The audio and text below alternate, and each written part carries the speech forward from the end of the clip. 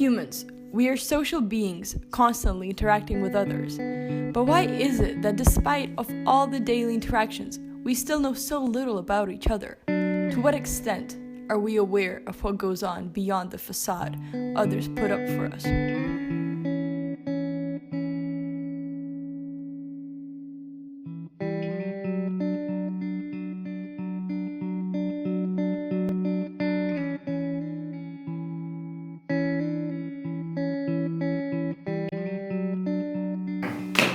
What does it feel like to be you? Wow, that's pretty deep. Feels good. I think I'm happy with myself. I'm happy with the way I've done things. Being me feels kind of relaxed.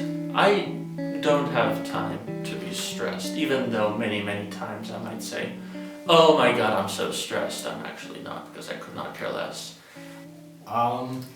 Sometimes I just look at my hands and stuff. This is when I'm getting weird. I just look at my hands and stuff and I just like think of all the biology I've learned and just like try and imagine all the cells and stuff. And that's when I'm sober. I feel like I'm a million different people bottled into the same person. Sometimes I'm really happy and sometimes I'm really sad. There's no such thing as I or you. We are in constant evolution. To be me, you need to have a lot of courage. To be me, you need to have a lot of patience. To be me, it's kind of like there's a storm and you're in the eye of it and you get to watch, and sometimes you just wish you could jump into it and feel everything and be in that place at that time, but if you jump in, there's no turning back. Some days I'll read a 5-line poem and I'll be thankful to be alive, to have read those words. Other days I'll see a picture and I'll feel like I got kicked on the stomach. Sometimes I feel like I'm 10 years old and other times I feel like I'm 100. I think that being me is really a collection of every feeling that I have every day as I go about my business. I don't think that we are experts on ourselves either, right? And that's something that also is that makes you have an incomplete picture of yourself as well, right? Because how do you know about yourself? Well, that's kind of a reflective process. We certainly lie to others, but we probably lie to ourselves just as much, right? And so, what your reflection is of yourself very well might be just as false or full of pretense as what others think of you.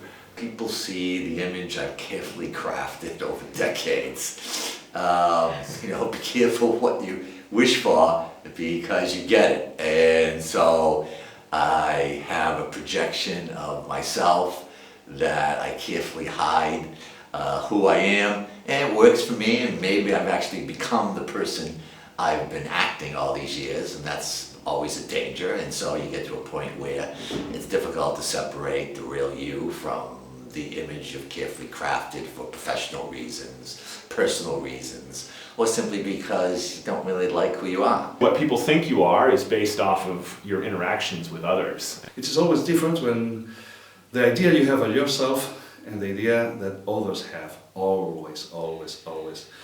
Well, how do you think people see you? Who do people think you are? Who do they think I am?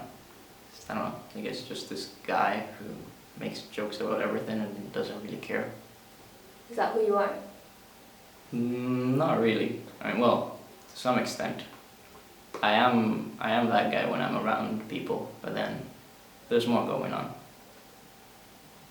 I feel like I sometimes come off too strong or intimidate people.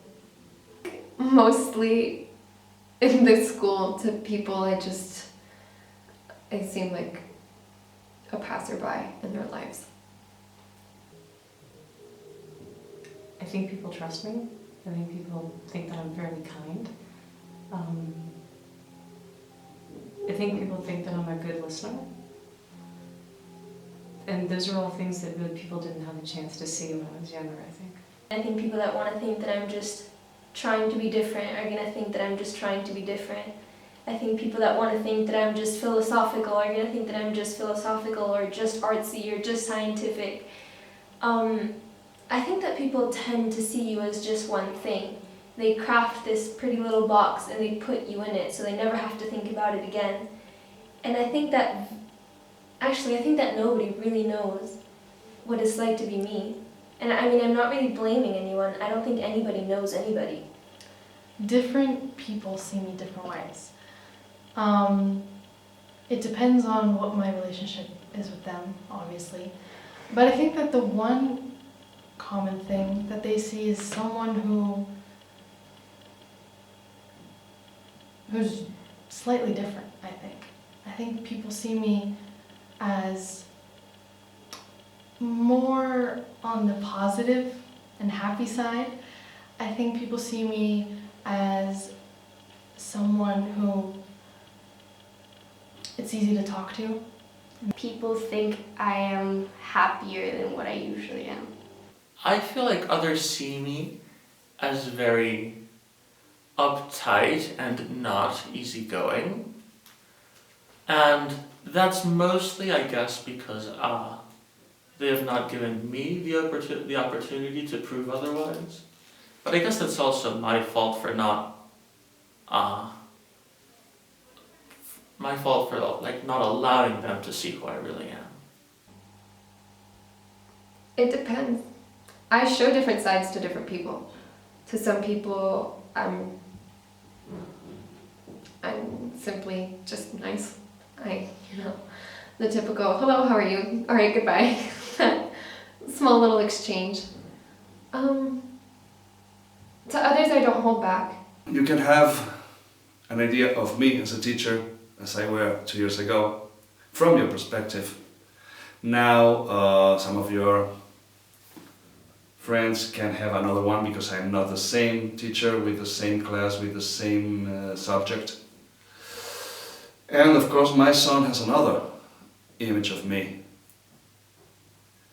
Are they in possession of the truth? Maybe. Because I don't know which is the truth about me. I don't care. I don't care. Tell you a memorable story of my life that changed me somehow. Well, this is actually what I wrote for my one of my essays for college. It was how just when I was like 8 or something, I was in Mexico where my mom's from, in Monterrey, and there was going to be a hurricane the next day. And I just remember seeing this lady with her daughter in the street, and it was just like they had no home or shelter or anything. And my little brother was like 5 at the time, and I remember him saying that I laughed at him at the time because he said, I feel like I'm crying inside. And at that moment I felt like, well, like that's funny. Like I didn't interpret it at all. But then I remember that night I cried a lot because I thought of the lady who was there, the lady that my little brother was referring to, and it made me cry. and then the next day the hurricane occurred, and that's when it really hit me. It's like, wow, I'm so lucky to have a shelter. So I hope to implement that in my life one day and be able to help those who need it most. I believe it was 2010, 2009. I was going through a hard time with my family, and you know, you're young, you're in middle school, and you're going through all these hormones and everything, just nothing makes sense.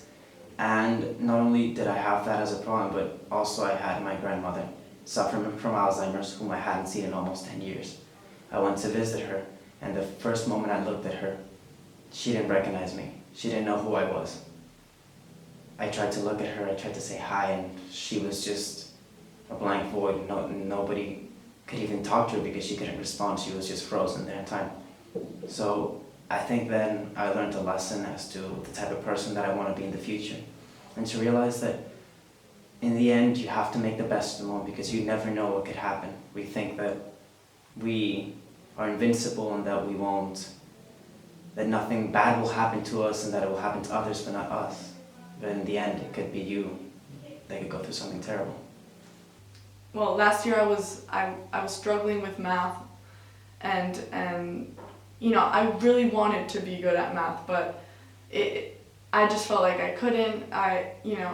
I felt very incapable of doing so, and I just kept struggling with math and struggling with math. And I remember my dad once told me, Ines, he's a marathon runner, and he had always kind of emphasized the importance of believing in yourself. And I know it sounds so cliche, but I think it's so important. I mean, I remember he told me, Ines, most people don't finish marathons, not because they can't, not because their body can't do it. I mean, your body, you are capable of anything, but it's because of their minds. Their minds stop them, their thoughts, they think, I can't do it, I'm too tired, and they stop and they don't do it. But I started to take this into account, and I started to really think about it and kind of pay attention to my thoughts. And I think we often don't pay attention to our thoughts. We just, we in a way let them define us. And so little things like listening to how I was thinking right before a math test, and whenever a negative thought crossed my mind, like, you can't do this, or this is too hard for you, or I changed that into a positive thought, and I told myself, you can do it, you're capable of doing this, and you deserve to do well in this test because you've put so much effort in it, and so on. And I mean, my grades went up so much. I suddenly felt confident. Like I felt confident in the class before tests. I remember I used to not be able to, if I had lunch before a math test, I would not be able to eat because of how nervous I was. And suddenly it became the most enjoyable class for me. I started loving it, and something that I had wanted to do for so long, to be good at math, to love math, because I saw all these people around me, doing so well and enjoying it so much, and I used to be very jealous of that, and just by believing in myself, telling myself that I could do something, I was able to do it. After 8th grade, I moved from Spain to Venezuela, and it was a very, very difficult thing for me to assume. I went from a country where everything works to a country where nothing worked, to a country where people were starving on the streets, where we would run into dead bodies of people that had been shot. I still don't regret it, though. I think that being there and being able to see things that were real made me realize what it is that is important to me in life. And I think that because I went, I'm very different to a lot of people that have never really seen things up close. What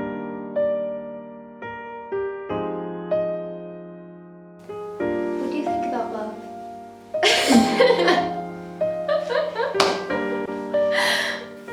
What do I think about love? It's good. I think that love isn't perfect. At least good love isn't. Love is a pretty stupid feeling. I think that love is necessary. Any emotion you feel when you are around somebody whom you care about. It's definitely a physical feeling that you don't want to be with anyone else but that person. It is like literally fire, and it can burn you, but it can make you warm.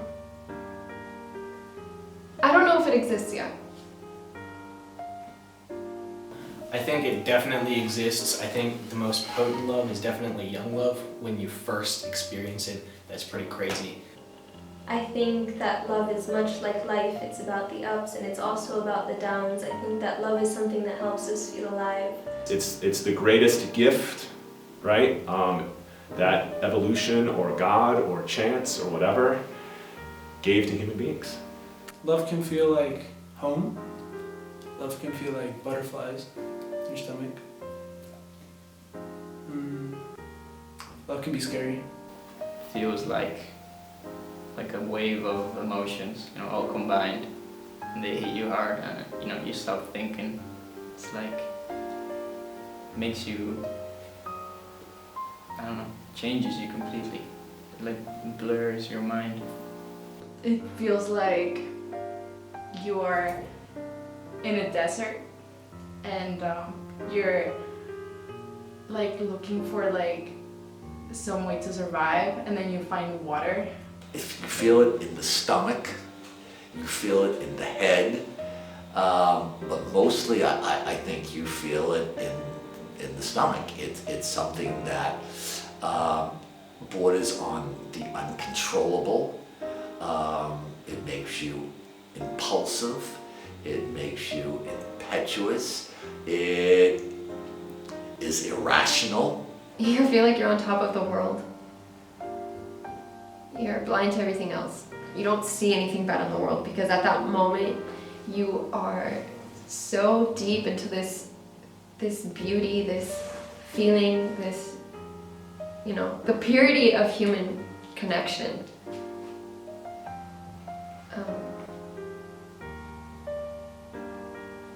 But I feel like that's too good to be true. One of the things I remember was when you lie down to go to bed and you're kind of trying to eliminate things from your mind so you can just relax and go to sleep, and then that person keeps appearing in your mind or their name, and then, you know, you can't stop thinking about it. Love requires patience. Love requires empathy. Love requires honesty. Love requires work. I think that when you look at people that have been together their whole entire lives, you cannot possibly imagine all of the sacrifices that they had to make in order to continue being together. And sometimes I wonder whether it's worth it. I don't believe in love forever. Love is temporary. I would like to believe in love forever. I want to believe that so desperately, but I can't help but feel like that's not it. I definitely do not believe in love forever because no strong emotion lasts for long. You can't hate forever, you can't love forever, you can't be happy forever. Yes. One hand, there's no reason not to. On the other hand, well, there are plenty of reasons not to, but you know, why not be optimistic? Of course, it's all very good and fun and pretty and all, but I guess everything good has to end.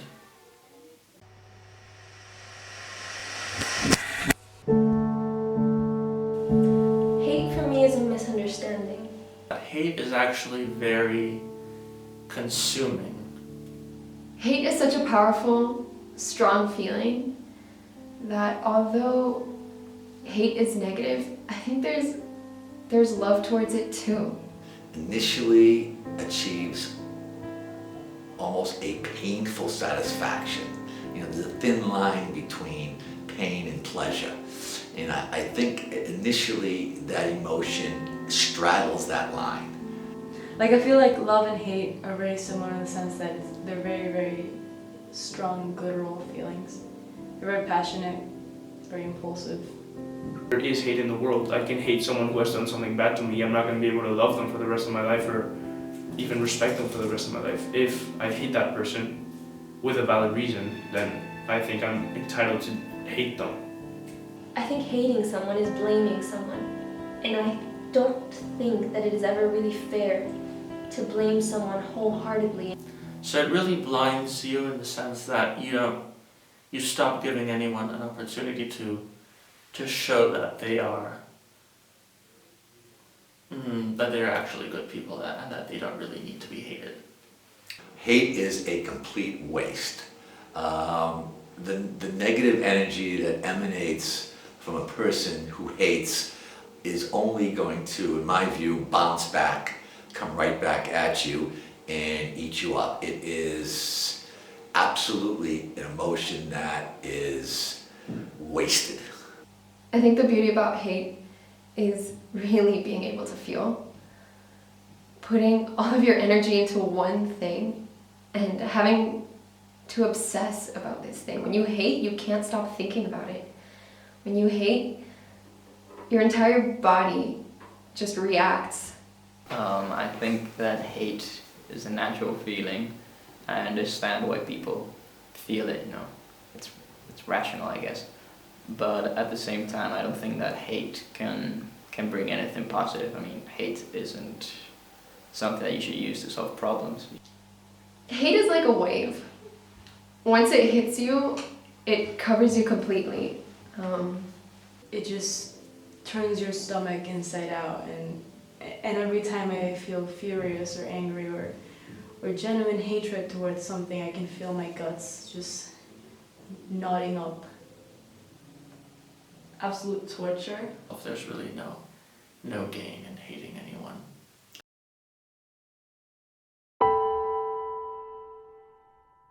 Do you have anything that pains you? There were a number of instances in my 63 odd years where I felt that there were times when I did not live up to my own standards of what is expected of a man, silly as that may sound today. Actually, middle schoolers pain me. Oh my god. Middle schoolers are, I know it's bad to say this. Middle schoolers are the worst sort of person you could possibly be, because you are completely, you're a savage to anyone who is not like you. And even to people that you like, you're still super, super mean. And so it really pains me, I guess, when I see a poor middle schooler who's actually decent being bullied by an insecure, acne-faced middle schooler who stinks, really. It pains me to see the indifference in people. To be stabbed in the back and to feel that perhaps the friends that you were with or the people that you were with, even whether it's it could also be your family. When you think there's somebody, when you think you are something important to them, and then 1 second later you feel that they've left you all behind, that you mean absolutely nothing to them. Trying to have a perfect life pains me, I guess. Not saying what I think, because there's no harm in that. There's more harm in yourself, and there has to be a point in which you put yourself first. I think my entire life I've had pain as my lifelong buddy. Sometimes it was holding my hand and sometimes it was just behind me. Myself. I constantly feel like I'm at conflict with myself. Like there's a side of me that knows what to do. There's a very logical side. And then there's a very passionate, emotional side. And it's very hard to listen to just one of them. And to know when to listen to which one of them. It's painful. I mean, sometimes I really can't stand it. I can't stand it to the point that I wish I could just disappear. But sometimes I love pain. Sometimes I'll be right in the moment where I'm feeling so much pain that I just start laughing. Because in that moment, I realize, I'm like, wow, I'm really alive. And I really enjoy those moments. I actually regret taking 2 years almost to decide to open up a little to people at school. Because I used to be very kind of closed. I really didn't let anyone talk to me. I did not talk to anyone myself. And I thought, oh, I'm so cool because I don't let anyone talk to me. I have a lot I regret. Depending on the day, sometimes I look back on it as, just life. I can't regret something I did because in that moment it was the right thing to do. But other days I look back at certain actions, certain words, and I wish with my entire existence that I could go back. I regret not doing things I should have done. I regret falling in love. I regret not doing what I want and standing up for the things I want to stand up for. I regret not being true to myself sometimes. I regret not taking as much care for my parents as they do for me. The last conversation I had before my grandfather had a stroke, I remember that it was like the first real conversation I had with him, and I was only 8 years old, so to the degree in which you can have a proper conversation is very minimal. But I remember just not thanking him, and not thanking him for the stupidest reason. I remember not thanking him for opening up to me. He was a very reserved man, and there was just one day in summer in which we were both alone, and he started talking to me about everything, his fascination of the sea, and I just forgot to thank him for me having had this side that I felt was a little secret between both of us. And the next day it was too late. He was in a coma, and it was really impactful because I went to sleep that night thinking, I'll just tell him tomorrow. But tomorrow was already too late, and like those couple of hours, we always think that we have enough hours left to say anything, to do anything, but we don't. And it's just, I regret thinking that I had so much time when I didn't, and that's what I say I would regret the most.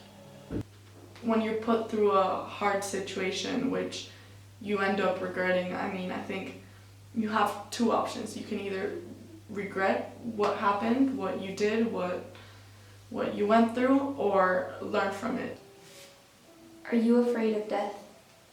Yes, I'm so afraid of that. Very. Very, very, very. I don't look forward. I mean, everyone's scared of death. Well, honestly, with me, when it comes to death, I'm not afraid of it. My brother and I have always looked at it in a very different way. Him and I always have agreed that the day that either one of us dies, we want our family to throw a big party and just celebrate that the life that we lived was worth it and that we enjoyed it and everything was great. No one knows what's going to happen when we die, and I'm really curious to find out what's going to happen, and it's probably going to be nothing, but it's still, I don't know, there's some sense of mystery, and I want to reveal what the mystery is. And it's also interesting, like, when you're about to die, you look back on your life and you evaluate it, and right now you don't see your life as a whole picture, and I feel like when you're about to die, I don't know, you see your past self and you see the way you grew and you see your best moments, and it's interesting, that moment before you die, to find out like what was your life as a whole. What I am scared of is, not doing enough, not kind of looking back on my life and not being happy with it, not having done enough, not having achieved all the things I want to achieve. So no, I'm not scared of death. I'm scared of not living enough. Am I scared of death? It depends what age you are. I'm scared of losing all my friends and family and everyone I love. I mean, right now, yes. There are many, many, many things I would rather do than die, to say the least. But I guess when you realize that you have made your life worthwhile and that you have made a positive impact on others, and you're also older than 90, then I guess it's okay. It's let's leave it at that. It's okay. There are moments when I think about death and I freak out. I get so scared that I have to think about something different right away, because otherwise I'll slip into a little panic attack. Because I'm thinking, I'm here right now, I'm sensing everything right now, but why can't I remember anything from before? What will it be like the second I die? Or where will I go? What will happen? because I don't believe in an afterlife. So I think that makes it harder to realize that there will be a day when you can't think. You won't know anything, and you're not going to be able to stop it. But there have been moments that I've desperately wanted death. There have been moments where all I wanted to do was call for death.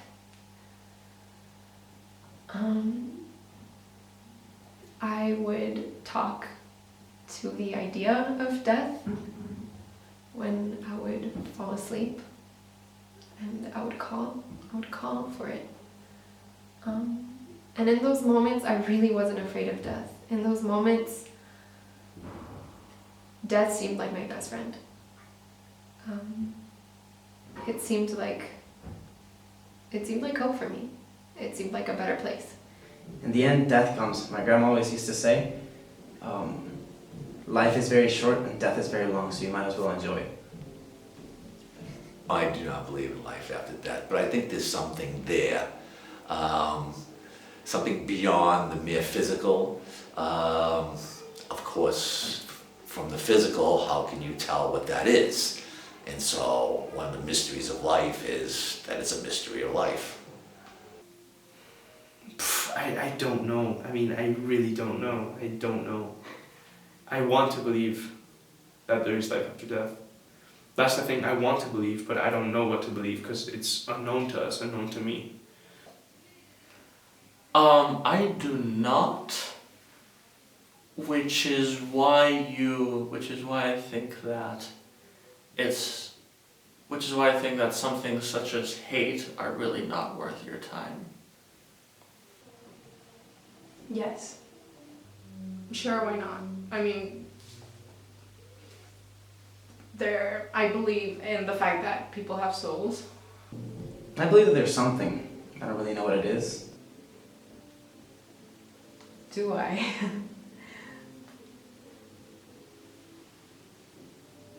Yes, I do. I don't know how or in which form, but it's just hard for me to believe that we just turn into nothing, you know, that we... I think that there is no life after death. I think that when people die, they're put in the ground, and if they're not like in a coffin or whatever, worms eat their bodies, and there's nothing after that.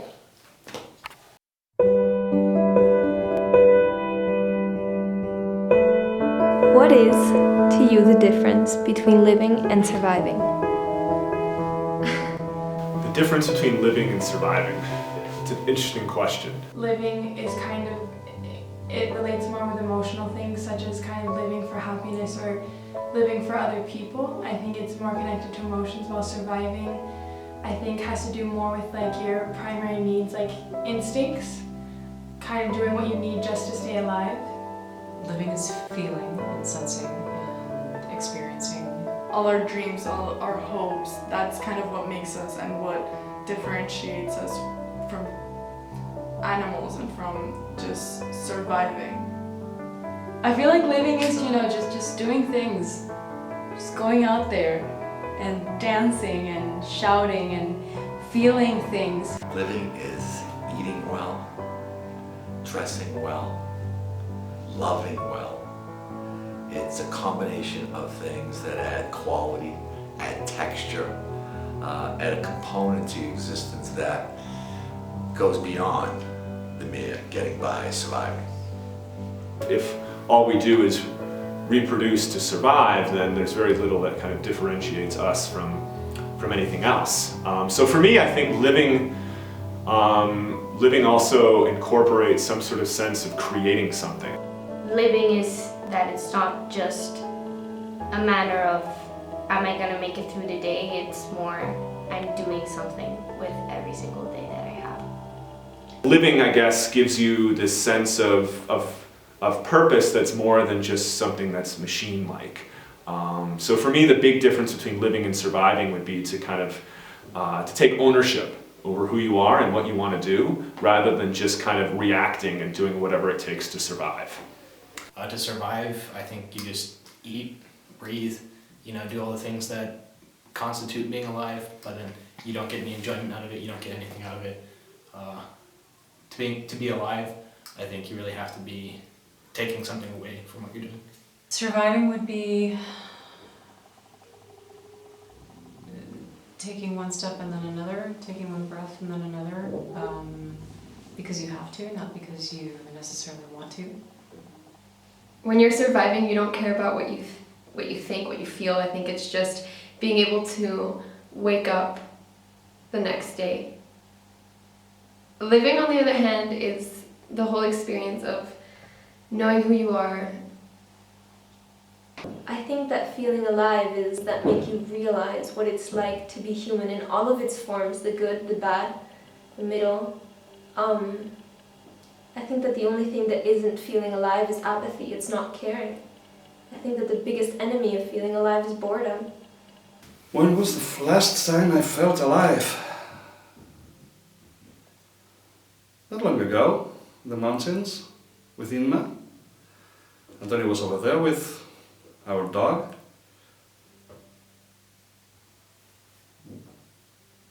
Just that. Just that. Simple things. What makes me feel alive is the moment when I really just tune into every single vibration, every feeling of energy within my surroundings, and when I connect to Earth. So the last time I felt alive, last time I checked, was when I played the piano, because sometimes when you play the piano, or any instrument, I guess, sometimes you're really into the music, you really feel it, and you kind of have this moment where you forget about everything else, and it's just the keyboard and the music, and you have absolutely no regard for anything else. It's really weird, but knowing I have a body makes me feel alive. An overwhelming feeling of sadness makes me feel alive. Doing what I love to do. It's interaction for me. What makes me feel alive? A good meal, a good scotch, a good cigar, a good conversation, surrounded by friends where you do not look at the clock. The other day, I was at home and I had a choice to make. I could either sit down and do my homework or I could watch a movie. And for me, that's like an opportunity cost. They both, either choice has something that you're going to be losing. For me, in that moment, doing my homework was going to be losing out of everything I could have learned from the movie. And I decided to watch The Little Prince. And it wasn't a sad movie per se, but I cried the whole way through. And when my mom came into the room and asked me why I was crying, I didn't even think about it. I just told her I didn't want to grow up. And I felt in that moment so much the nostalgia for everything that has ever made my life and made me who I am. And in that moment I had such a large understanding of everything that I was leaving behind, and I really felt it. And even though it wasn't a positive emotion, I felt alive. First one that popped into my mind was the second I clicked turn in with my extended essay. I think that moment made me feel so in control of my life, so alive with the feeling of learning and exploring and satisfaction. It was something that had taken me months to develop, months to understand. And the fact that I could just press a simple button and it was just there made me feel so powerful and so excited about the future, and having others experience that by my side.